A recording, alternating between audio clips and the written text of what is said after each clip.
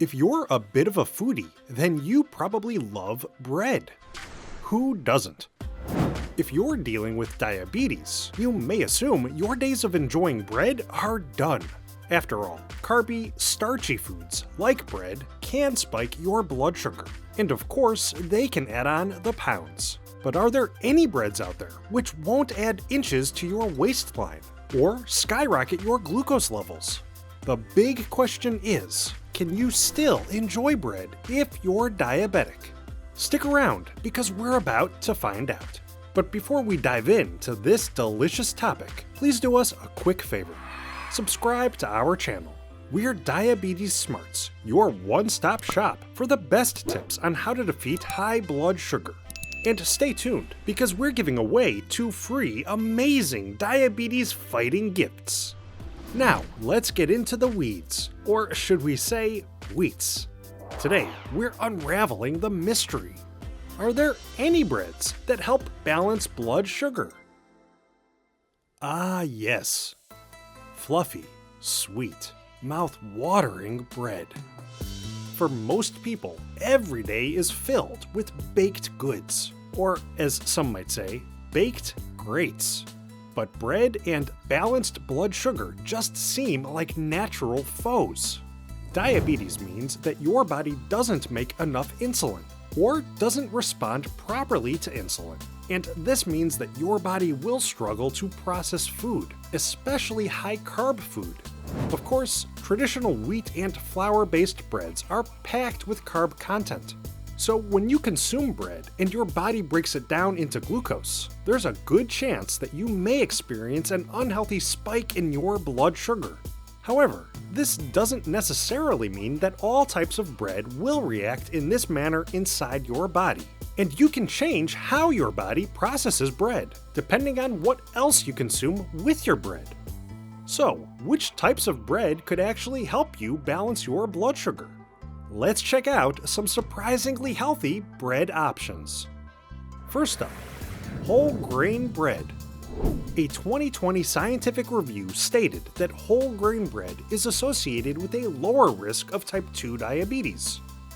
The anatomy of grain includes 3 main components: the bran, or the outer layer, the endosperm, which makes up most of the inner layer, and the germ, the nutrient-dense core.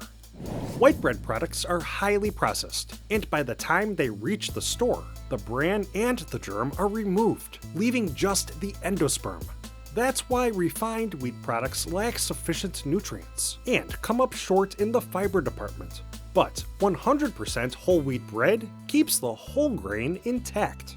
This means that you'll not only get the full library of nutrients of the grain, including important vitamins like B2 or riboflavin, but you'll also gain that all-important fiber content. Fiber is essential for helping your body slow the absorption of glucose into the bloodstream. That's why white breads, devoid of fiber, will most certainly spike your blood sugar. But 100% whole grain breads will break down much slower inside your body. It's no wonder why whole grain products are significantly lower glycemic index than more refined breads. Some types of true whole grains include 100% whole wheat bread, rye, barley, oat, and quinoa. Next, let's take a look at sprouted breads. This type of bread contains 0 flour. Sprouted grain breads are surprisingly high in various nutrients, especially when compared to other types of bread. This type of bread is created through a process in which seeds, beans, and sprouted grains are combined in water and mixed together to form a dough. Thanks to these nutritious seeds, beans, and sprouted grains, these types of breads contain protein, B vitamins, fiber, and vitamin C. Interestingly, the sprouting process also removes anti-nutrients, which can make these types of bread easier for your body to digest. Anti-nutrients tend to inhibit proper digestion and irritate the lining of the digestive tract. This can lead to problems with enzyme production and nutrient absorption. Another benefit for sprouted breads is that they are typically lower glycemic index than other wheat and flour products. as the sprouting process partially breaks down starches in the bread. It actually decreases the carb content. In fact, a study published in the Journal of Nutrition and Metabolism discovered that one serving of sprouted bread contains only 34 grams of carbs. That's about 10 grams less than most other grains and breads. All in all, this makes sprouted grain bread an excellent choice for diabetics. Before we move on to our next bread, let's grab you those 2 free gifts. With our new book, Superfoods for Diabetics, uncover the best foods to get onto your plate for the most diabetes-fighting power. These foods can help you balance your blood sugar while satisfying your family at dinner time. Plus, you can watch episode 1 of our 8-part series, That Diabetes Documentary, for free right now. Discover incredible insights from leading medical specialists to learn what's really going on inside your body. Click the link in the description below to grab both of these amazing gifts. Now, let's get back to the bread. Next up, take a bite out of sourdough.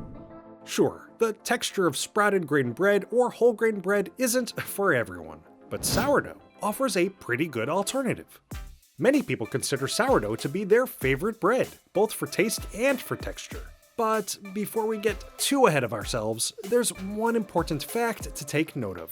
Store-bought or bakery-created sourdough tends to undergo a ton of processing.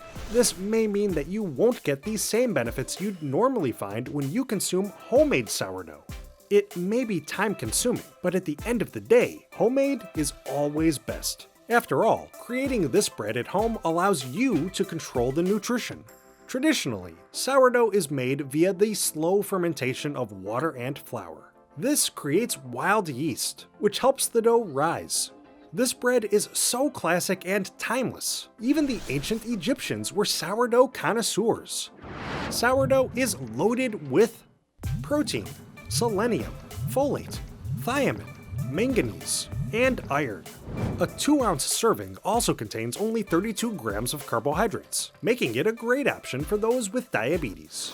A study published in the British Journal of Nutrition indicated that it's the fermentation process of sourdough which modifies the structure of the carbohydrates within, and this leads to sourdough having a lower glycemic index than other bread options. It's also easy to digest. That's why nutritionists often recommend sourdough to individuals with digestive issues.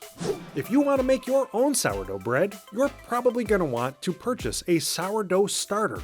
From there, you'll have to feed your starter for a few days before you can begin baking with it.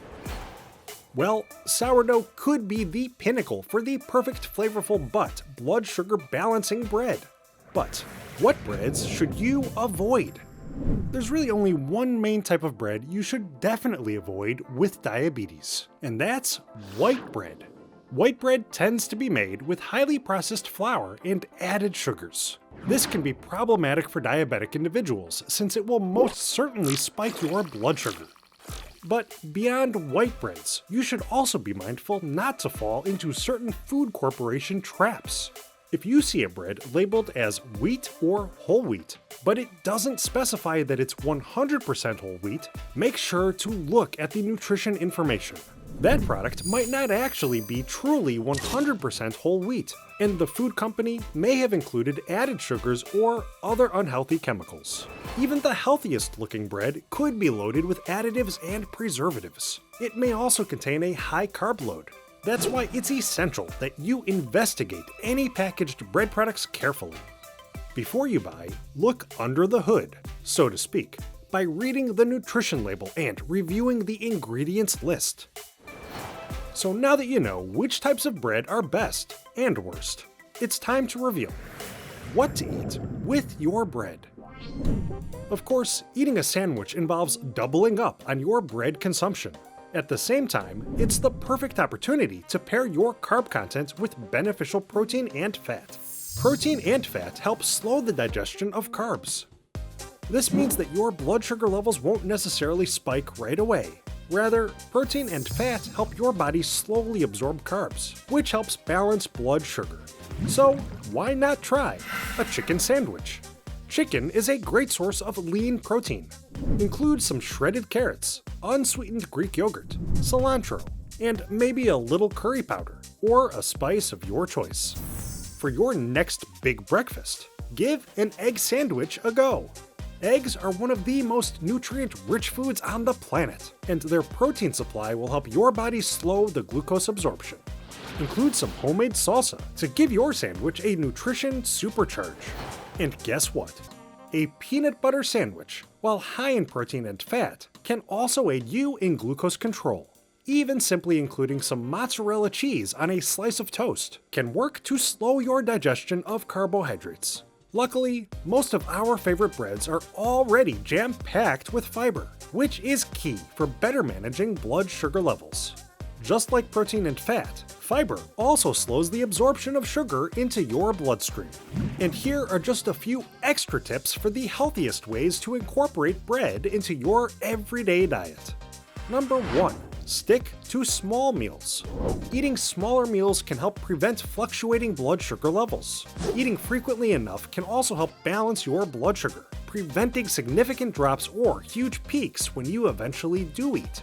This means that you may find success going for 4 or 5 small snack meals throughout your day, rather than 2 or 3 large, overflowing plate meals. Number 2. Watch your sodium intake. Many people, not just those with diabetes, should be monitoring their salt consumption carefully. Sodium can actually increase your risk of developing heart complications and high blood pressure, conditions which are both closely associated with diabetes. Typically, excessive amounts of salt are found in prepackaged and processed food items, so avoiding these types of foods can certainly help you cut back. Number 3. Control your portions. Yes, that bread is so very delicious, we know, but perhaps it's best to stick to one slice at a time, especially if you're just starting a modified eating plan. Even the healthiest, most fiber-rich breads can still play havoc with your glucose and your waistline. Larger portions, especially when it comes to wheat and flour foods, can cause weight gain. And of course, they can play a major role in taking you from pre-diabetic to type 2 diabetic. Therefore, do your best to determine a good portion size for your body and your health. If you have any further questions, it's best to speak with your doctor. So, in the end, if you're worried about your blood sugar, can you still enjoy bread? Absolutely. It's just important to know which types of bread are your best options. The next time you have a sandwich craving, try sourdough breads, sprouted grain breads, or whole grain breads. These varieties are the least likely to cause large glucose spikes, and they also tend to contain significantly fewer carbs than white bread. Also, don't forget to throw some protein and fat into the mix. They'll help slow the absorption of the carbs you eat, and can aid your body in avoiding blood sugar spikes. Now, we want to know what you think. Let us know about all your favorite diabetes-fighting breads in the comments section below. We'd love you to like this video and subscribe to our channel. We're Diabetes Smarts, your destination for a world of diabetes-fighting knowledge. Oh, and don't forget to click the link in the description below to grab your 2 free gifts. Thanks for watching. We hope you're having a happy and healthy day.